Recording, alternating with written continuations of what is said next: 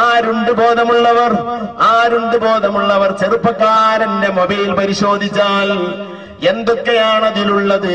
ഉമ്മമാരെ, ഉപ്പമാരെ, നിങ്ങളുടെ മക്കൾക്ക് ഇത്രയും വേണ്ടാത്ത സാധനം നിങ്ങൾ ഈ ചെറുപ്പത്തിലെ വാങ്ങിക്കൊടുത്തല്ലോ.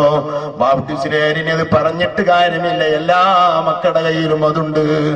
ആൺകുട്ടികളെ ആരൊക്കെയുണ്ടോ, പെൺകുട്ടികൾ ആരൊക്കെയുണ്ടോ, അവരെ മുഴുവൻ കയ്യിലും മൊബൈലെത്തിപ്പോയി. എത്ര ആൺകുട്ടികളുമായാണ് നമ്മുടെ സ്കൂളിൽ പോകുന്ന മക്കൾ പരിചയപ്പെടുന്നത്? പെൺകുട്ടികൾ ഇത് പിടിച്ചു നടക്കുന്നു.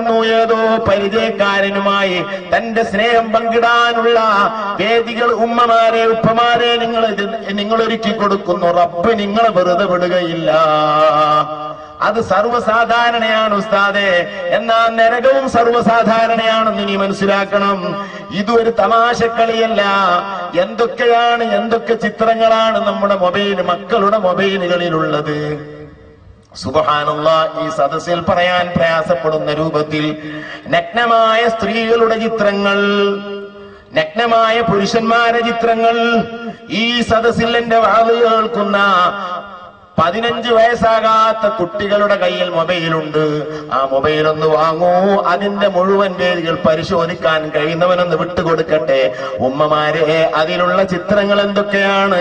നഗ്ന ചിത്രങ്ങളാണ്. ഡ്രസ്സില്ലാത്ത പുരുഷന്മാർ, ഡ്രസ്സില്ലാത്ത സ്ത്രീകൾ, പുരുഷൻ സ്ത്രീയുമായി ബന്ധപ്പെടുന്ന ചിത്രങ്ങൾ, പുരുഷൻ പുരുഷനുമായി ബന്ധപ്പെടുന്ന ചിത്രങ്ങൾ, സ്ത്രീ നടത്തുന്ന വൃത്തികേടുകൾ, ഇതൊക്കെ വേണ്ടാത്ത ചിത്രങ്ങൾ മൊബൈലിൽ കൊണ്ട് നടക്കുന്ന മക്കളാണ് എന്റെ വാള് കേൾക്കുന്ന മക്കൾ.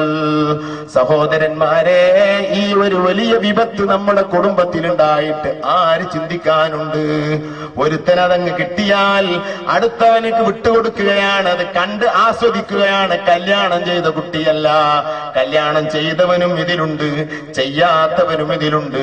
അത് ചെയ്യുന്ന ചെറുപ്പക്കാരെ, നിങ്ങളുടെ കൈകൊണ്ട് നിങ്ങളെടുത്ത ആ ചിത്രം, നിങ്ങൾ നെറ്റിൽ നിന്ന് പകർത്തിയെടുത്ത ആ ചിത്രം, ആ ഒരു ചിത്രമായിരിക്കും നിന്നെ നരകത്തിൽ കടത്തുന്നത്.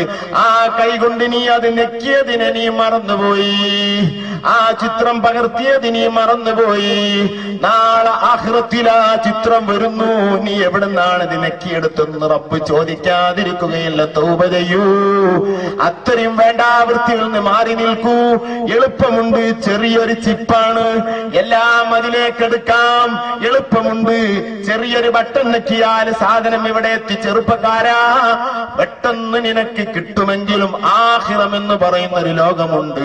ഈ പെണ്ണിന്റെ ചിത്രം നിന്റെ കൈ കൊണ്ട് നീ ഞെക്കിയെടുത്തെങ്കിൽ ആ ചിത്രം നീ മറന്നാലും റബ്ബ് മറക്കുകയില്ല.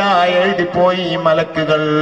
ആ എഴുതിയതിനെ മായ്ക്കാതെ ആഖിറത്തിലേക്ക് എത്തിയാൽ വലിയ മുസീബത്താണ്. ചെറുപ്പക്കാരെ, കുട്ടികളെ, നിങ്ങൾ ശ്രദ്ധിക്കണം. നിങ്ങളെ കൈ കൊണ്ട് ഇഷ്ടമുള്ളതൊക്കെ ചെയ്യാനുള്ളതല്ല.